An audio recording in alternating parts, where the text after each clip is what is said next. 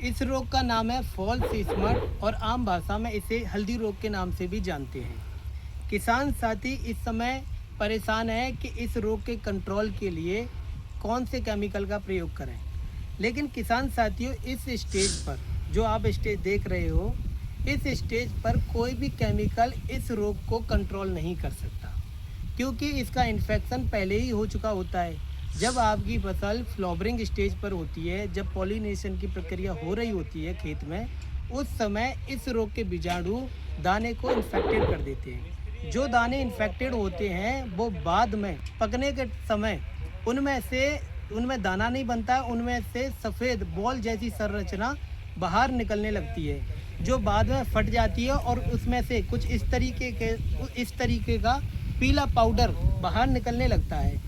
इसके बाद ये थोड़े समय के बाद हरे हरे काले रंग में बदल जाता है। इस स्टेज पर इसको कंट्रोल करना नामुमकिन है, क्योंकि इसका इन्फेक्शन पहले हो चुका है और रिजल्ट अब दिखाई दे रहा है। इसीलिए हमें ये बात ध्यान रखनी है कि इसके कंट्रोल के लिए हमें स्प्रे गब्बे की अवस्था पर करनी है, क्योंकि अगर आपकी फसल फ्लावरिंग स्टेज पर पहुंच गई तो उस समय इसको कंट्रोल करना नामुमकिन है, क्योंकि अगर एक बार इस रोग का इन्फेक्शन हो गया तो फिर आउटपुट या रिजल्ट आपको दिखाई देगा कुछ इस तरीके से। तो एक बात ध्यान रखनी है कि पहली स्प्रे आपने गब्बे की स्टेज पर करनी है। गब्बे की स्टेज का मतलब है कि आपकी जो बाली है वो अभी पाइप के अंदर है, पौधे के अंदर है, बाहर नहीं निकली है। पहली स्प्रे आप उस समय करिए। दूसरी स्प्रे जब आपके खेत में 4-5% बालियां दिखाई दें तब आप कर दीजिए। 2 स्प्रे कर दीजिए, आपका 90% मसला तभी हल हो जाएगा, क्योंकि इसी स्टेज पर आप स्प्रे करेंगे तो उससे कोई ज़्यादा फ़ायदा है नहीं।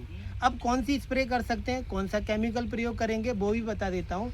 तो पहली गब्बे की स्टेज पर आप कॉपर की स्प्रे करिए।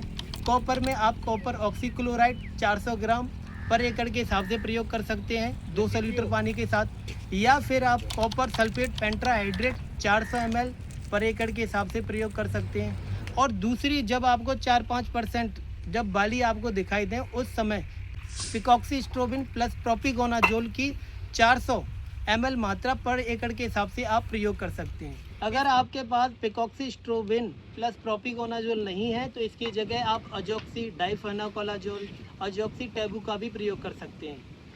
अगर आप इतना कर लेते हैं इस रोग के इन्फेक्शन से पहले, तो ये मान के चलिए आपने अपनी फसल को 90% इसके इन्फेक्शन से बचा लिया। इस साल इसका इन्फेक्शन पहले हो चुका है, क्योंकि कंडीशन बहुत फेवरेबल रही है, बारिश बहुत ज़्यादा रही है, वातावरण में नमी रही है। ऐसे में इस रोग को फैलाने वाले बीजाणुओं के लिए फेवरेबल कंडीशंस बनी रही हैं। इसलिए इस रोग की जितनी समस्या इस साल देखी गई है उतनी पिछले कई सालों में नहीं देखी गई। लेकिन किसान साथियों, इस साल हमें कुछ सीखना है, क्योंकि इस स्टेज पर इसको कंट्रोल करना नामुमकिन सा है।